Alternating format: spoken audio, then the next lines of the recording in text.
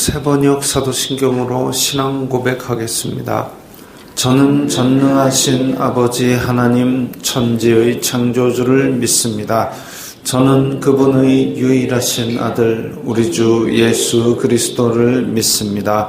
그분은 성령으로 잉태되어 동정녀 마리아에게서 나시고 본디오 빌라도에게 고난을 받아 십자가에 못 박혀 죽으시고 장사된 지 사흘 만에 죽은 자 가운데서 다시 살아나셨으며 하늘에 오르시어 전능하신 아버지 하나님 우편에 앉아 계시다가 거기로부터 살아있는 자와 죽은 자를 심판하러 오십니다. 저는 성령을 믿으며 거룩한 공교회와 성도의 교제와 죄를 용서받는 것과 몸의 부활과 영생을 믿습니다. 아멘. 거룩하신 하나님 아버지 감사합니다. 간밤에도 편히 쉬게 해주시고 새벽에 기도하는 자리에 불러주시니 감사합니다. 이 시간 저희들 마음 중심으로 주님을 경외하게 하여 주시옵소서. 예수님 이름으로 기도드리옵나이다. 아멘. 찬송가 375장입니다.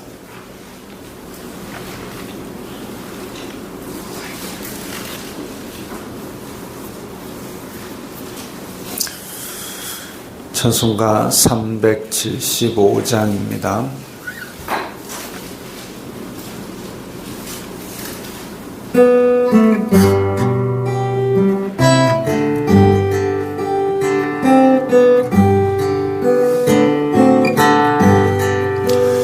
나는 갈 길 모르니 주여 인도하소서. 어디 가야 좋을지 나를 인도하소서.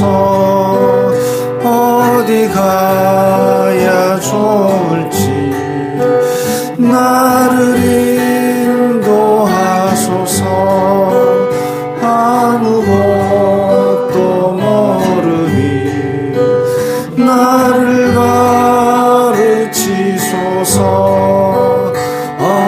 어찌해야 좋을지 나를 가르치소서.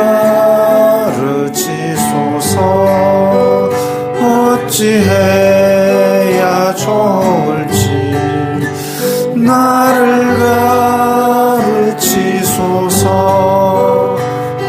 아이같이 어리니 나를 도와주소서. 힘도 없고 약하니 나를 도와주소서. 힘도 없고 약하니 나를 도와주소서. 마음심이 슬프니 나를 위로하소서.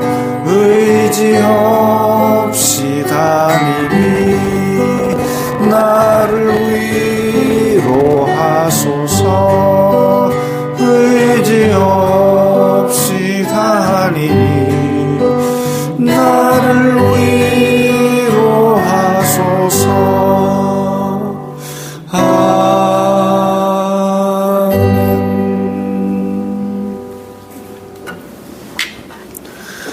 오늘 말씀은 마가복음 5장 21절부터 34절까지의 말씀입니다.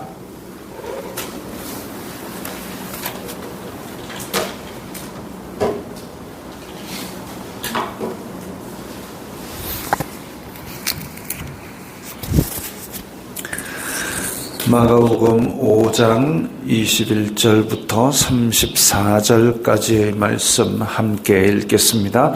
예수님께서 배를 타시고 다시 맞은편으로 건너가시니 큰 무리가 그에게로 모이거늘 이에 바닷가에 계시더니 회당장 중의 하나인 야이로라 하는 이가 와서 예수님을 보고 발 아래에 엎드려 간곡히 구하여 이르되 내 어린 딸이 죽게 되었사오니 오셔서 그 위에 손을 얹으사 그로 구원을 받아 살게 하소서 하거늘 이에 그와 함께 가실새 큰 무리가 따라가며 애워싸 밀더라.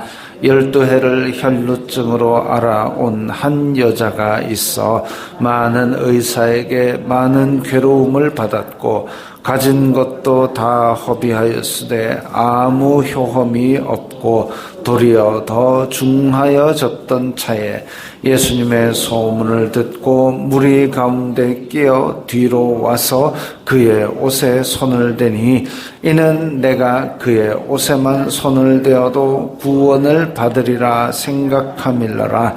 이에 그의 혈루 근원이 곧 마름에 병이 나은 줄을 몸에 깨달으니라. 예수님께서 그 능력이 자기에게서 나간 줄을 곧 스스로 아시고 무리 가운데서 돌이켜 말씀하시되 누가 내 옷에 손을 대었느냐 하시니 제자들이 여짜오되 무리가 애워싸 미는 것을 보시며 누가 내게 손을 대었느냐 물으시나이까 하되 예수님께서 이 일 행한 여자를 보려고 둘러보시니 여자가 자기에게 이루어진 일을 알고 두려워하며 떨며 와서 그 앞에 엎드려 모든 사실을 여쭈니 예수님께서 이르시되 딸아 내 믿음이 너를 구원하였으니 평안히 가라. 내 병에서 놓여 건강할지어다. 아멘. 예수님께서 거라사 지방에서 나와서 다시 맞은편으로 건너가셨다 그랬습니다. 이제 거라사 지방은 이방인들이 많이 사는 지역이고 원래 가버나움 주변에서 활동을 많이 하셨는데 거기서 사람들이 예수님을 말씀을 들으려고 모인 게 아니라 뭔 기적 일으키는 게 없나 구경하려고 잔뜩 모인 사람들이 너무 많았고 아니면 내 병 고쳐주세요 그것만 생각하는 사람, 하나님 나라에는 관심도 없고 그냥 구경하든지 아니면 내 소원 들어달라고 하는 사람 너무 많아서 밤새도록 배를 타고 건너편에 오셨는데 이 거라사 지방에서는 귀신 들린 자가 나은 것 보고 자기에게 더 이상 감당 못하고 손해볼 일 없게 하려고 예수님을 거부하고 그래서 예수님께서는 복음의 씨앗만 남겨놓고 다시 건너편으로 오셨습니다. 가버나움으로 오신 거죠. 그래서 가버나움 쪽으로 오셨는데 그게 다시 맞은편입니다. 근데 큰 무리가 그에게로 모이거늘 또 잔뜩 몰려든 거죠. 예수님 오신다더라. 와 모여가지고 또 뭐 신기한 일 없나. 그래서 바닷가에 계시더니 바닷가에서 뭐 하셨을까요? 또 베드로 보고 배 좀 띄어놔라 해가지고 거기서 하나님 나라를 전하셨겠죠. 근데 회당장 중의 하나인 야이로, 회당장 중의 하나. 그럼 회당장이다. 유대인들이 어쨌든 뭐 이방 땅에 가든 다른 나라에 가든 유대인 남자 10명만 있으면 회당 하나 설립을 하는데 근데 지금 갈릴리 근처에서도 마찬가지입니다. 이 회당이라는 것은 일단은 이스라엘 전체에 있어서 그 마을에서 하나님의 율법을 듣고 묵상하고 배우고 그리고 유대인의 전통을 지켜갈 수 있는 그 전 세계 어디를 가든지 어쨌든 율법을 배우고 하나님의 유대인들의 풍습을 따라 하나님을 섬기는 그 지역이 바로 그 중심이 바로 회당이죠. 근데 회당을 지키면서 또 회당에서 일어나는 일들을 다 하게 하는 걸 책임지는 사람 회당장. 그러니까 어찌 보면 이 마을에서 가장 존경받는 장로요 지도자 중의 하나가 바로 야이로입니다. 근데 이 야이로가 예수님을 찾아와서 그 발 아래 엎드렸다 그랬습니다. 그 마을에서 가장 존경받을 지도자 중의 한 사람이, 그러니까 대제사장이 제일 어찌 보면 제일 높은 어른 취급을 받는다고 볼 수 있죠. 대제사장, 그 밑에는 서기관, 바리새인, 아니면 대제사장과 비슷한 급으로는 니고데모 같은 그런 공회원이거나, 아니면 이제 그 밑으로 바리새인들, 아니면 율법학자들, 그 급으로 이제 회당장인데 저 갈릴리 촌의 회당장이다 그러면은 그런 높은 어른인데 예수님을 보고 발 아래에 엎드렸습니다. 이 발 아래 엎드린다는 것은 왕이 지나갈 때 백성들이 하는 행동이고, 아니면 굉장히 자기가 존경하는 어떤 고관 대작을 만날 때에 자기가 존중을 표시하기 위해서 엎드리는 건데, 근데 회당장이 예수님을 보고 발 아래에 엎드렸다. 자기의 지위고 체면이고 뭐고 다 버리고 지금 예수님께 아쉬운 소리를 하는데, 그게 뭐냐면 내 딸이 죽을 것 같습니다. 내 어린 딸이 죽게 되었사오니. 그거 하나밖에 없습니다. 그것 때문에 지금 자기의 지위와 명예와 이런 모든 것들을 다 버리고 예수님 발 앞에 엎드린 겁니다. 우리처럼 무릎 꿇고 이렇게 절하듯이 엎드린 게 아니라 이 중근동에 엎드리는 건 그냥 땅바닥에 길게 엎드리는 겁니다. 저는 노예입니다. 저를 밟고 지나가소서 하듯이 그렇게 엎드리는 겁니다.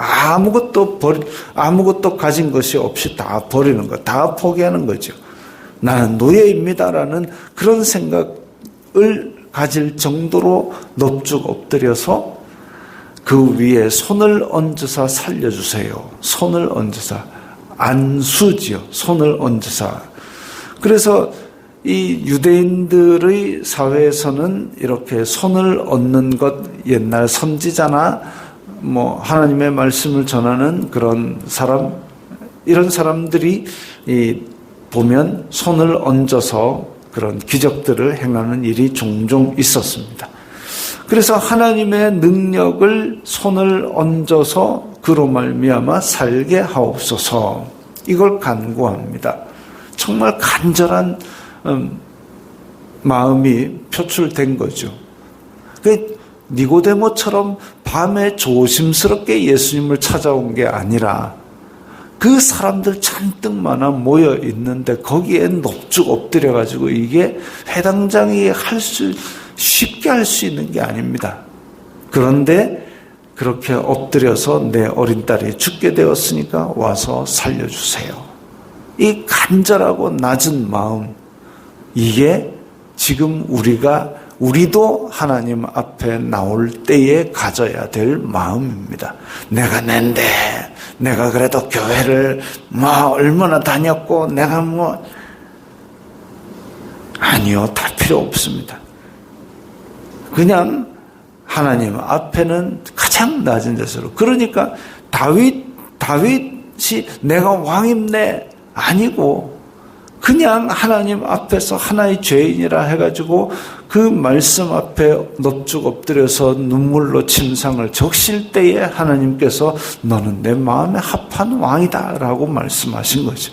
사울은 첫 번째 왕인데도 불구하고, 사울은 원래 사사기 끝에 보면 베냐민 지파가 거의 멸종 직전까지 가지 않습니까? 근데 사울이 그런 지파에서 왕이 되었음에도 불구하고 자기가 왕이 되고 나서는 왕임네 하면서 목에 힘을 주니까, 그래서 제사도 마음대로 자기가 드렸다가 사무엘이 어떻게 이렇게 망연된 일을 했습니까? 백성들 앞에서 내 얼굴 좀 세워주세요, 이 소리 하고 이러니까 내가 왕임네, 하나님께서 그를 안타깝게 여기서 버리게 되는 거죠. 사무엘이 얼마나 속이 상하고 안타까웠으면 죽는 날까지 사울을 안 봤다 그랬습니다. 그런 안타까운 일이 있는데, 왕임내 하던 사울은 망한 반면 그런 자리를 탁 내어버리고 하나님의 말씀 앞에 그야말로 엎드렸던 다윗은 하나님의 마음에 합했는데 이 회당장 야이로 예수님 앞에 넙죽 엎드렸습니다. 다 버린 거죠. 그러니까 이 야이로의 마음 위에 예수님께서 얼마나 좋게 생각하셨겠습니까? 근데 또 오늘 중간에 이런 일들이 있습니다. 이 야이로의 딸을 살리러 가긴 가야 되는데, 근데 그것을 막아서는 이 원인들이, 첫 번째가 수많은 무리가 모여 있습니다. 이 수많은 무리가 모여 있는데 이들이 다 한 마음으로 야이로의 딸 살려주세요라고 모였으면 얼마나 좋겠습니까마는 그 중에 대부분은 오늘도 신기한 거 없나 구경하러 왔습니다. 마치 삭개오가 예수님을 보려고 하는데 몰려든 사람 때문에 예수님은 안 보이는 그런 사태를 만들고 있는 거죠. 그냥 구경하려고 모인 군중. 이 군중들이 있으면 어찌 보면 야이로가 엎드리고 싶어도 저 많은 사람들이 회당장으로 나를 존경하는데 내가 저 앞에 엎드려야 되나? 그렇게 하는 방해 요소가 될 수 있습니다. 또 하나는 예수님께서 그래 가자 했을 때에 사람들이 잔뜩 몰려가지고 밀고 땡기고 하니까 그것 때문에 또 지체될 수도 있습니다. 밀고 당기고 한다는 얘기는 예수님을 중심으로 모인 게 아니라 내가 한번 보고 싶은데 하고 자꾸 디미는 거지요. 예수님께서 야이로 집으로 가자 이러면 최소한 야이로 집으로 가는 길을 쫙 열어주고 이러면 얼마나 좋습니까? 다 밀고 땡기고 심지어는 예수님도 밀고 땡겨버린 겁니다. 오죽하면 제자들이 무리가 애워싸 밀고 있는데 어떻게 이거 누가 밀었는지 누가 땡겼는지 예수님 손에 댔는지 누가 웃지 않습니까? 라고 얘기할 정도로 예수님조차도 인파에 떠밀리는 지경으로 사람들이 이렇게 방해꾼이 되고 있습니다. 삭개오 때도 방해꾼, 야이로 때도 방해꾼, 그냥 구경하려고 몰려드는 거는 정말 방해꾼입니다. 때로는 내가 이런 방해꾼 중에 한 사람이 되지 않았나 고민을 많이 해야 됩니다. 또 큰 무리가 따라가며 애워싸 밀더라. 그 가운데 또 누가 있냐면 12해를 혈루증으로 알아온 한 여자가 있습니다. 이 여자는 12해, 12년 동안 아마 자기 몸에서 피가 나왔던 여자. 12년을 그렇게 했으면 유대인 사회에서는 뭔가 몸에서 흘러나왔다 이러면 이건 부정하다라는 거니까 사회적으로 고립되어 있고 또 병으로 인해서 물질로 다 쓰지요. 몸은 아프지요. 이러니까 개인적으로도 절망적인 상황입니다. 거라사 광인하고 비슷한 겁니다. 가족하고도 끊어져 지내지요. 또 자기 몸은 상하지요. 개인적인 절망과 사회적인 고립 이런 것들이 이 여인에게도 아주 슬픈 일로 이렇게 자리 잡아 있는데 이 여인은 사람들이 부정하다고 다 멀리하니까 예수님께 대놓고 나와서 나 좀 낫게 해주세요도 못하고 몰래 뒤로 들어와가지고 예수님을 만지기만 하면 낫겠다라는 그 믿음 하나만 들고 온 거죠. 그래가지고 여기에 와서 예수님께 손을 대고 구원을 받습니다. 고쳐졌습니다. 근데 이걸 예수님께서 그냥 그러려니 하고 넘어가지 않고, 왜냐하면 예수님께서는 지금 거라산에는 많이 알려라 했는데 가버나움이나 이런 데서는 종교 지도자들이 방해를 할까봐 기적을 말하지 말라고 자꾸 하시고 하는데도 불구하고 이 여자를 찾습니다. 야, 누가 나 만져가지고 지금 능력이 나갔다. 누구냐? 이걸 왜 찾느냐? 야이로에게 하실 말씀이 있기 때문입니다. 죽을 병에 걸렸는데 어떻게 낫느냐? 물론 예수님께서 능력을 행하시면 낫게 할 수 있지만 중요한 건 야이로에게 믿음이 있어야 된다는 겁니다. 믿음이 없이는 기쁘시게 못하나니 하나님께 나아가자는 반드시 그가 계신 것과 찾는 자들에게 상 주시는 이심을 믿어야 할지니라 했는데, 야이로는 겸손하게 엎드리는 건 됐지만 그 다음은 사실 약간 모자랐던 모양입니다. 그래서 나중에 보면 회당장에게 이르시되 두려워하지 말고 믿기만 하라. 이 믿음을 강조하시는 거죠. 예수님께서 변화산에 오르셨을 때에 자기 아들이 귀신 들린 사람이 찾아와가지고 제자들한테 우리 아들 좀 낫게 해주세요. 불에도 뛰어들고 물에도 뛰어들고 난리가 납니다 하니까 제자들이 하려고 했는데 못했습니다. 예수님께서 내려오셔가지고 이 믿음 없는 걸 보시고 한탄하시는데 예수님 할 수 있거든 뭐라도 좀 해주세요. 그러니까 할 수 있거든이 무슨 말이냐. 믿는 자에게는 능치 못할 일이 없느니라. 그러니까 그 아버지가 드디어 핵심을 찾은 거죠. 저의 믿음 없음을 도와주소서. 이게 예수님께서 강조하신 게 계속 믿음입니다. 그래서 이번에도 그 여인을 일부러 찾으신 거죠. 그래가지고 뭐라고 말씀하시느냐. 따라 내 믿음이 너를 구원하였으니 평안히 가라. 믿음이 중요한 겁니다. 믿음. 그래서 이 믿음을 중요한 것을 강조하시면서 평안히 가라. 사회적인 고립과 개인적인 절망 속에서 이제 공식적으로 이 모인 인파들 앞에서 너는 다 회복되었다라고 사회적인 고립도 회복되었고 개인적인 절망도 회복되었다. 무엇을 통해서? 내 믿음을 통해서 회복되었다라고 선포하신 것이죠. 그렇게 해서 이 여인을 고쳐주심으로 말미암아 죽게 된 야이로의 딸. 사실 야이로의 딸은 죽는 것을 예수님께서 알고 계셨습니다. 알고 계셨기 때문에 더욱더 믿음이 중요하니까 그래서 구경꾼들을 배제하고서라도 너는 꼭 믿음을 가져라라는 그런 마음으로 지금 이 여인에게도 믿음이 너를 구원하였다라고 선포하신 것이죠.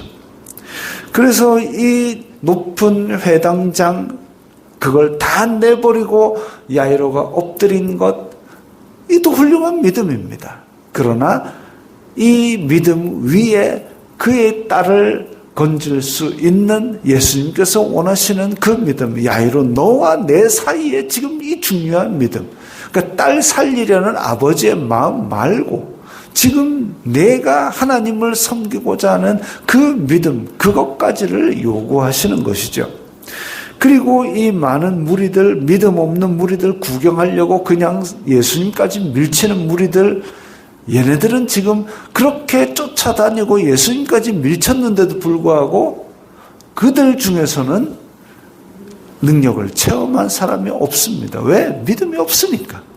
근데 이 여인은 그 가운데서도 그 많은 무리를 비집고 들어와가지고 예수님께 손을 대면 낫겠다는 이 믿음, 그걸 예수님께서는 기뻐하셨고 그 가운데서 이제 선포하고 야이로의 집으로 가시는 길에 이런 일들을 만드신 것, 이런 것은 그야말로 드러내기를 싫어하시지만 그야말로 이 백성들이 안타깝고 불쌍하니까 그러면서 이 하나님 나라를 선포하기 위해서 이런 기적을 또 행하시는 거죠.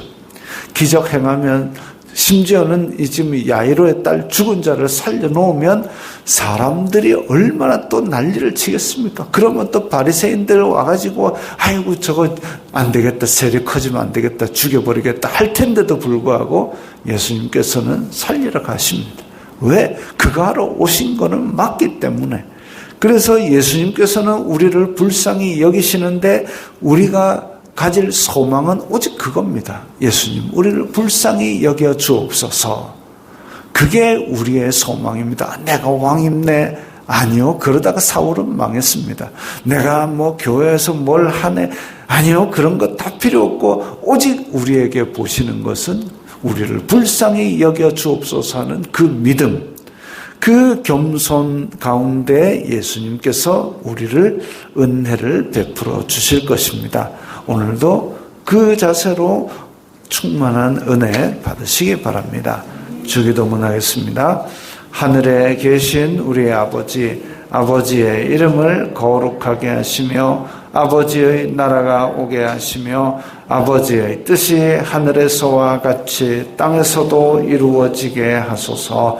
오늘 우리에게 일용할 양식을 주시고 우리가 우리에게 잘못한 사람을 용서하여 준 것 같이 우리 죄를 용서하여 주시고 우리를 시험에 빠지지 않게 하시고 악에서 구하소서. 나라와 권능과 영광이 영원히 아버지의 것입니다. 아멘.